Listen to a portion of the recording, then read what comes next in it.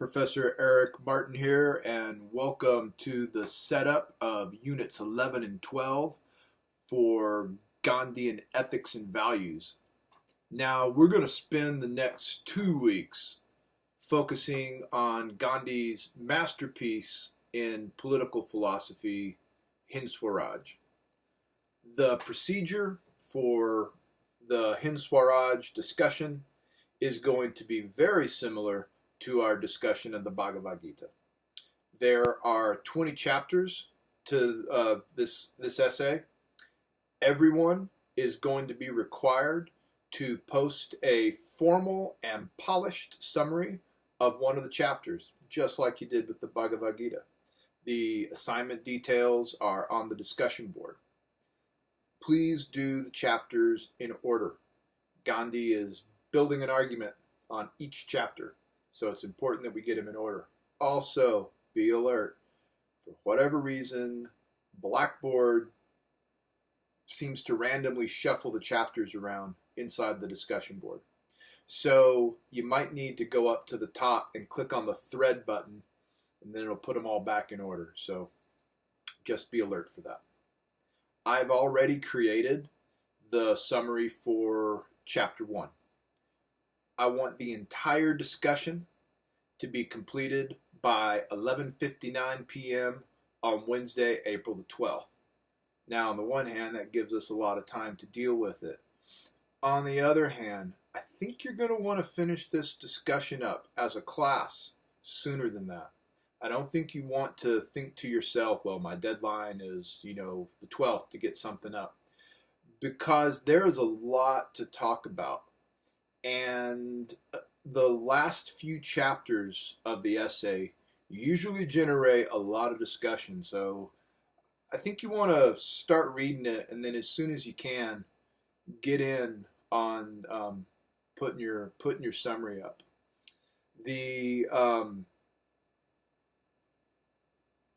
Again, the requirement is one polished summary laying out a chapter, but for those of y'all interested in such things as additional points, get in there with the discussion.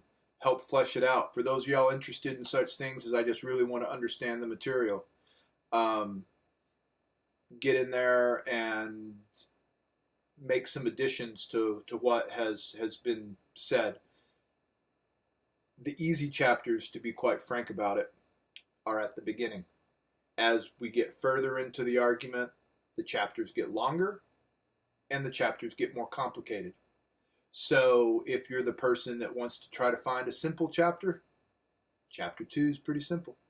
So let's get them going. Again, just like with the Bhagavad Gita, you don't have to read this whole work to make your posting. In order to make your posting about chapter 2, all you need to have done is read chapters 1 and 2. And you're good to go. Okay. So that's the procedure for the first part. The second part, just like with the Bhagavad Gita, we are going to make some brilliant grand conclusions. These are going to be a little bit different though. Discussion board has the details. I want you to submit a 500-word formal reflection piece. Previously with the Bhagavad Gita, they weren't that long and they weren't formal. These are going to be 500-word formal reflection pieces on Hind Swaraj. And I want those in my possession by 11:59 p.m. on Saturday, April 15th. The question for your reflection piece is simple. In what ways does the material in Hind Swaraj apply to the specific ethical issue or issues that you've chosen to address for your formal essay in the course? You can get more details about the assignments on the discussion board, but I want y'all to create a formal essay on Hind Swaraj that also keeps you thinking about whatever it is you're thinking about with your formal essay for the course. Okay. Now, I want to give you a little bit more information and a little bit more context concerning how to approach Hind Swaraj. But first, I want to remind you about how we're going to finish off the material. There's only 3 weeks left in class after we get through Hind Swaraj. And so I just kind of remind us what we're going to do, and then I want to come back to Hind Swaraj. Units 13 and 14 will contain a video or two for us to continue to reflect and discuss Gandhi's legacy in the realm of ethics. There'll be a short quiz over the videos. There'll be some short discussion requirements. Nothing, it'll be formal in the sense that I want things polished and good writing, but it won't be 500 words. It might not be 100 words. I want us to have some opportunities for more discussion and to hash out a few things concerning Gandhi's legacy and his ethical legacy. But I'm not going to give you any assigned readings after Hind Swaraj. I want to keep the workload light because the main thing you need to be doing after we finish up Hind Swaraj, and hopefully you've already begun, is working on your formal essays. A couple of things. Make sure you're clear on the required sources that you're supposed to use for the essay. The tighter your question is, the better off you'll be for your essay. And some of y'all have proposed your topic choices in the discussion board. I'm happy to discuss those further with you. Just put a reply, to the thread that you utilized, and we'll continue to the discussion. Keep in mind that if you wish to earn a high grade on the formal essay assignment, then it should exceed my expectations in all ways but one. The one place where I do not want to see it exceed my expectations is in the page length. And I addressed that in the video. I strongly suggest you rewatch that video just to make sure to remind yourself of some of the details. Go back, take a look at the assignment details. 8 pages. That's how long these essays are going to be. They'll all be 8 pages. How you can exceed my expectations is 8 pages, minimum number of sources, 8 pages, utilizing more sources than I requested, clearly has been revised and polished in multiple drafts, clean flow, clearly addresses the issues, good research material. You guys get the idea. Go back to the videos. I won't cover it all again. I cannot suggest making an appointment with the LCSE Writing Center as soon as possible enough. And for those of y'all who are in Coeur d'Alene or taking this purely from a distance, these things can be done online. They can help you organize your essay, set it up so you know how to get started. They can help you revise your essay for clarity. Many of y'all have received that comment from me on the essays you've turned in so far. They can help you cut out words and add detail. Some of y'all have received that comment from me. And they can help you polish your essay. Some of y'all have received that comment from me. But they can't do it at the last minute. You got to get started on it now. The essays for this course are due on Thursday, May 4th, 11:59 p.m. That is a hard deadline. Do not miss it without a doctor's note. All right? So make sure you have everything together. Just plan your schedules accordingly. Again, after we deal with Hind Swaraj, the next 2 weeks, the load in here is light. Videos, some discussion. Otherwise, you should be working on your formal essays and hit me up with any questions you have about them. And once again, I would rewatch the video I made on the topic of your formal essay. They're worth 25% of your overall grade. Treat it accordingly. Okay, Hind Swaraj. Few things you need to know about Hind Swaraj while you're doing the readings. And I just want to, there we go. The text itself was, and I on our in the unit folder, it says, I've got a thing that says take some careful notes and make sure you're able to do these things. So pay attention to that. But I think we'll do pretty good with a chapter by chapter, blow by blow. This is what it's about. But just a little bit of context and then a few other things. The essay itself was written in 1909. So Gandhi's still living in South Africa. And it's written in 10 days while Gandhi was on a ship traveling from London back to South Africa. He had been in London to conduct some negotiations on behalf of the Indian community in South Africa. So this is still during the civil rights struggle for Indians in South Africa. So he'd been to London to try to work out some deals. But right before Gandhi landed, a group of Indian students who had been living in London conducted a political assassination, killing a very high-profile officer in the British Indian government. Excuse me. This action wrecked Gandhi's negotiations.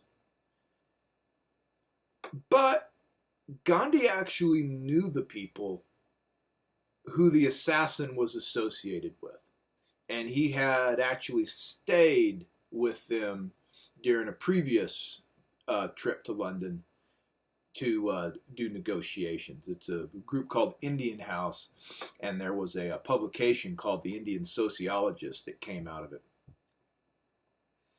So Gandhi went to see them and have discussions with this group. They disagreed with Gandhi's nonviolent tactics. They didn't think it was getting things done fast enough. However, they admired Gandhi because he was creating a major ruckus in South Africa. So it was one of those things, we disagree with you, but we're happy to meet and talk. So in Hind Swaraj, this younger group of more radical Indians, in part, is the reader. So the text is set up as a dialogue, right, between the editor and the reader. Now, of course, both of them are Gandhi. But the reader, in part, represents these people that Gandhi had just been in contact with. And he's on the boat, he's coming home, and he's reflecting on how these things went. He writes the book for 6 reasons, more or less. Inner illumination, write things down, figure out what you think it means. To clarify the meaning of Swaraj. And what you need to keep in mind is Swaraj itself means freedom. And Hind Swaraj is translated as home rule, which would be parallel to the terminology being used at the same time for the Irish independence movement. But it also gets translated as self-rule. And then self-rule, Indian independence, yeah, maybe. But maybe also freedom. And this becomes a big deal. So as you're doing the readings, keep in mind this whole issue about what is Swaraj. Because the reader and the editor clearly have different ideas about what freedom means. And this is a very interesting element of the text. He also writes it to respond to the ideology of political terrorism, based on what I just told you. He writes it to demonstrate the great threat of modern civilization, and you will see that in the works starting very early, where he talks about the threat of modern Western civilization. Pay attention to that stuff. That is stuff that for many of us living in the most technological civilization the world has seen, that is something that many of us will throw our shields up immediately and criticize how backwards Gandhi can be over somehow his critiques of Western modern civilization go, let them sink in and think about what are the broader ethical issues that Gandhi's thinking about here. Some of it, quite frankly, is no longer applicable to the 21st century. But some of it is. And so let's not be too quick to dismiss his concern with this issue of modern civilization. He also writes this book to somehow try to create some reconciliation between the British and the Indians. And he writes the book to update the concept of dharma, of sacred duty. So back to the Bhagavad Gita. Okay, he refers to it frequently as duty, but there's this concept in the original Gujarati of dharma. It's the same dharma that was in the Bhagavad Gita. You might get some mileage out of reviewing your Bhagavad Gita notes to kind of get a sense about how that dialogue between Krishna and Arjuna go, and then here comes another dialogue between the editor and the reader over duty. What is our duty? The book was immediately banned by the British, or the essay. It's only like 100 pages. The essay was immediately banned by the British. Gandhi couldn't imagine what was in the essay that would provoke it from being banned. And he thought it must be because they can't read it. It's in Gujarati. So he translated the booklet into English himself. And that's one of the reasons that it makes this an important work. The translation is Gandhi's translation. So the words are what he wanted them to be. The main problem he had with his translation was he did not like using the term passive resistance. He did not think passive resistance conveyed the same thing as satyagraha. Satyagraha itself translates as soul force. It is a form of warfare based on love. He used the term passive resistance because he thought that was the term that English readers would be most familiar with. But he was never happy with that because he didn't think that satyagraha was a passive thing. He thought it was very active. He wrote it in dialogue form in part because that is something that Indian readers would be familiar with, as you know from our reading of the Bhagavad Gita. It gives Gandhi an opportunity to, try to poke holes in his own argument, right? He gets to play his own foil. He gets to play the reader. And, well, if I was the reader, what would I say if I just heard that? And then, okay, well, what would my response be? So, again, the editor is Gandhi. The editor is the reader, but he's trying to play these two different parts.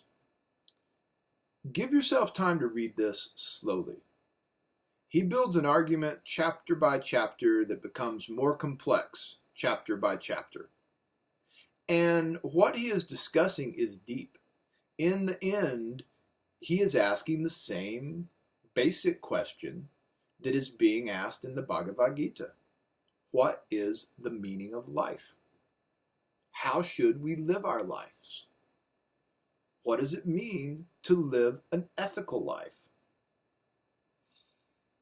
Again, you don't have to agree with everything he says, but I do want you to think about everything he says. And, we can just kind of think about a few of the pros and cons to the text itself. I've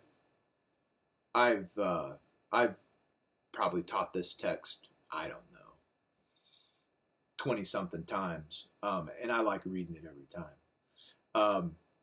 A couple of things, everything I'm about to say is up on the website. telling you what to do, but I'll go through it here real quickly. Take good notes. Take good notes to make sure that you're able to summarize the main points of each chapter and how it connects to the broader overall theme of the book. Make sure that you can distinguish between the type of Swaraj, the type of freedom that the reader has in mind, and the type of Swaraj and the type of freedom that the editor has in mind. So in some ways, Gandhi is laying out this whole what is freedom, and it's not the same as what the reader's thinking.